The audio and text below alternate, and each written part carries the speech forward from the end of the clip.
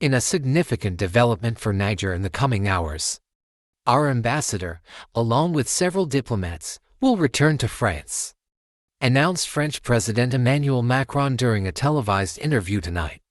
Since late August, the military regime in Niamey ordered the expulsion of the French ambassador to Niamey, Sylvain, and revoked his diplomatic immunity and visa. However, France refused to comply with this decision, citing a refusal to yield to a de facto authority. On Sunday, September 24, 2023, President Macron stated that he had discussed the ambassador's departure and the end of military cooperation with the ousted Nigerian president, Mohamed Bazoum. Le Niger, la France, depuis 2 mois, est dans une situation quasiment intenable. Notre ambassadeur ne peut plus sortir de l'ambassade. Nos 1500 militaires ne peuvent plus sortir de leur base. Combien de temps ça peut durer? Écoutez, d'abord, nous sommes au Niger parce qu'à la demande des pays de la région, nous avons été lutter contre le terrorisme. Et quand je vous parle aujourd'hui de cette question, je pense à tous nos soldats qui sont morts au Sahel pour la paix de cette région et pour lutter contre le terrorisme. Nous avons été à la demande du Burkina Faso, du Mali, du Niger sur leur sol pour mener cette guerre. Et Barkhane, cette opération militaire, est un succès. Parce que sans celle-ci, la plupart de ces pays auraient déjà été pris par des califats territoriaux et des djihadistes. Ils nous ont demandé de partir depuis. Non, mais et ces pays ont été frappés par des coups d'État. Est-ce que c'est la faute de nos militaires ou de la France? Non. Il n'y a plus de France-Afrique. Donc quand il y a des coups d'État, nous, on n'interfère pas dans la vie politique des pays. Ça veut dire qu'on ne reste pas là-bas.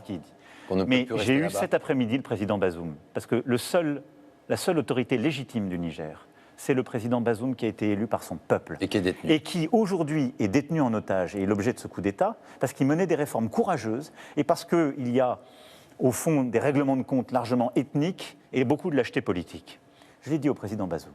Et donc, la France a décidé de ramener son ambassadeur. Et donc, dans les prochaines heures, notre ambassadeur, avec plusieurs diplomates, rentreront en France.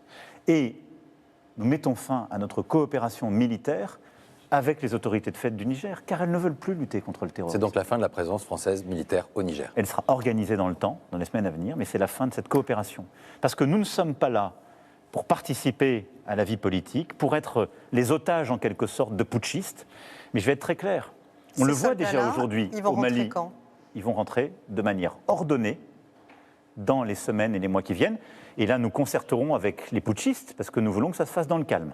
Mais d'ici la fin de l'année. Mais d'ici la fin de l'année.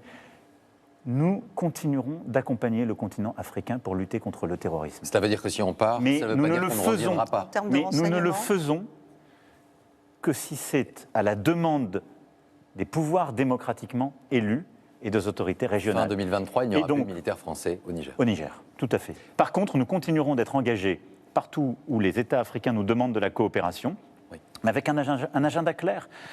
Nous, on n'est pas là pour participer à des coups d'État ou interférer. On est là pour lutter contre le terrorisme. Et je vous le dis, les putschistes sont les amis du désordre. Regardez aujourd'hui, le Mali, chaque jour, a des dizaines de morts. Au moment où je vous parle, il y a plus de morts liés au terrorisme islamiste au Niger depuis le début de ce coup d'État qu'il n'y en a eu dans les 18 mois précédents. Et donc, moi, je suis très inquiet par cette région. Je pense que la France, parfois seule, a pris toutes ses responsabilités grâce à nos militaires. Et je suis fier d'eux. Et nous devons être fiers d'eux, car cette opération a été un succès. Monsieur le Président. Maintenant, nous ne sommes pas responsables de la vie politique de ces pays, et on doit en tirer les conséquences.